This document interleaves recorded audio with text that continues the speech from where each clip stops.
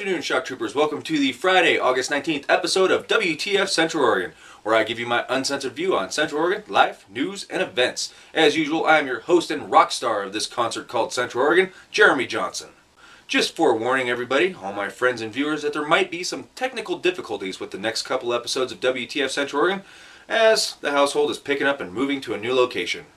We will be moving into this new place roughly around the 1st of September, and the bonus to it is that I actually get my own garage now, so I have a dedicated studio for WTF Central Oregon with a lot of blank wall space behind me that could be used for, I don't know, say advertising?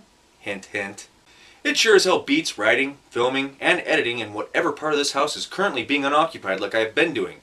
And now on to the weather with WTF Central Oregon's very own meteorologist, Pachuto Jenkins. How's the weather out there, Chudo?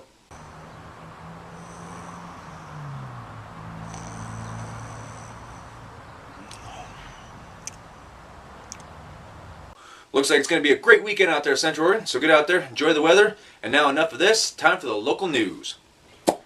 Benton Police Department set up another crosswalk sting on Wednesday, this time near downtown on the corner of Franklin and Harriman. This is the third crosswalk sting this summer, and unlike the previous two, guess who has two thumbs and was actually there for it this time? You guessed it, Central Oregon, this guy right here. So if you already checked out the video that I posted on Wednesday, this is probably going to be old news, so bear with me. I went there to get video and pictures of the event going on, but I also went there to observe other things that weren't exactly violations of the pedestrian right-of-way laws. I was there for approximately 20 minutes, and this is what I observed. There was 11 drivers actually pulled over for violating pedestrian right-of-way laws. There was also almost 3 accidents from drivers realizing that there were people standing in the crosswalk waiting to cross, therefore slamming on their brakes and almost getting rear-ended by the driver behind them. Also, there was 2 cruisers and 2 motorcycle cops taking turns pulling over these hardened criminals for the dastardly deeds that they were doing. And here's what I was watching for that didn't get pulled over. A, the 7 drivers that were actually talking on their fucking cell phones. B, the 4 people that weren't wearing their seatbelts. And C, the 3 people that suddenly stopped in the middle of the road and almost had the drivers behind them parked up their asses. I pretty much believe that's reckless driving there. Not even so much as a whoop whoop from the police officers, but then again, I may be talking out of my ass. Okay, done with that story. If you want to see the actual video of my time at the crosswalk sting, I will post that video in the link below in the info section. Now on to my ass hat of the day, brought to you by my friends at nowhere. But I think you can see where I'm going with this. Anyways, earlier this week, a high-speed chase east of town involving law enforcement officials, a fugitive from Pennsylvania, and his girlfriend reached up to 130 miles per hour before finally reaching Bend. Upon reaching Bend, the fugitive pulled his rented Dodge Charger onto a side street and fled on foot. Being the stand-up boyfriend that he was, he left his gun and his girlfriend in the car to be apprehended by police.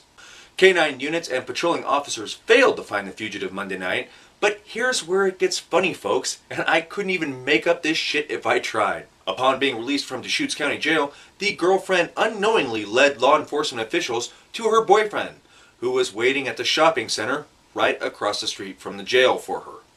Wow, I am so glad that we didn't have to pull out Tommy Lee Jones for this manhunt. Seriously, I would love to spend 5 minutes in this guy's brain just to figure out what the hell he was thinking, and then step into traffic at approximately the 4-minute, 59.5-second mark. Please, Pennsylvania, take this man back before whatever it is he is suffering from gets into our water. And now for news of the awesome. With school starting in just a couple weeks and the local economy making it harder for parents to provide school supplies to their children, a local business and a local nonprofit charity have stepped up to take care of business. The American Licorice Company and the Kids in Need Foundation donated $70,000 worth of school supplies to Bear Creek Elementary and Juniper Elementary so that pretty much almost every child will get a backpack full of school supplies for the upcoming school year. In a town where almost all charity money and all charity events are targeted towards the homeless and hungry, you guys actually stepped up to bat to realize what the real problem is here in Central Oregon: our failing education system. After all, a well-educated and intellectually prepared individual makes for a really lousy homeless person. Finally, there is somebody in this town that realizes that treating the cause is way more effective than throwing money and food at the effect. Which brings me to the charity that WTF Central Oregon will be the champion of. Start making a reader today. SMART has been around What they do is they focus on kindergarten to third graders, and they help the Bend Pine School District, helping these children learn how to read.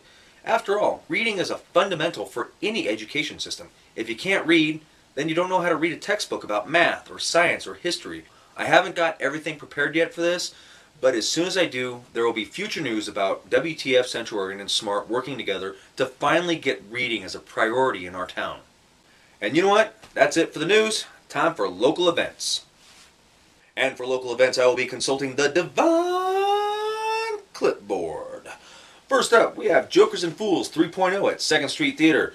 Features the Bend Improv Group and local comedians. Should be a lot of fun. Go down there and say hi to the Brad, who is the head of the Bend Improv Group. Second, we have the Bend Brewfest at the Old Mill District tonight and tomorrow. Head on down and find out why we have more breweries per population in the entire nation. And finally, we have the Ink and Metal Festival on Saturday at Mavericks. First band starts at noon, last band starts at 9 p.m. I'll be there helping to run the 5-for-1 Threads booth, and I look forward to seeing at least a couple shock troopers out there, unlike Summerfest.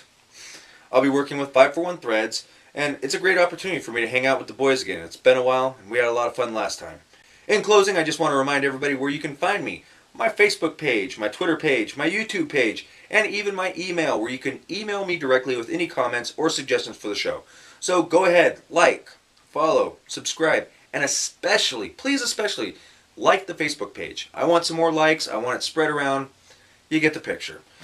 Unfortunately, the www.WTFcentraloregon.com website ate it today. I just didn't have the finances to keep it alive, but hopefully I can, fix that in the near future.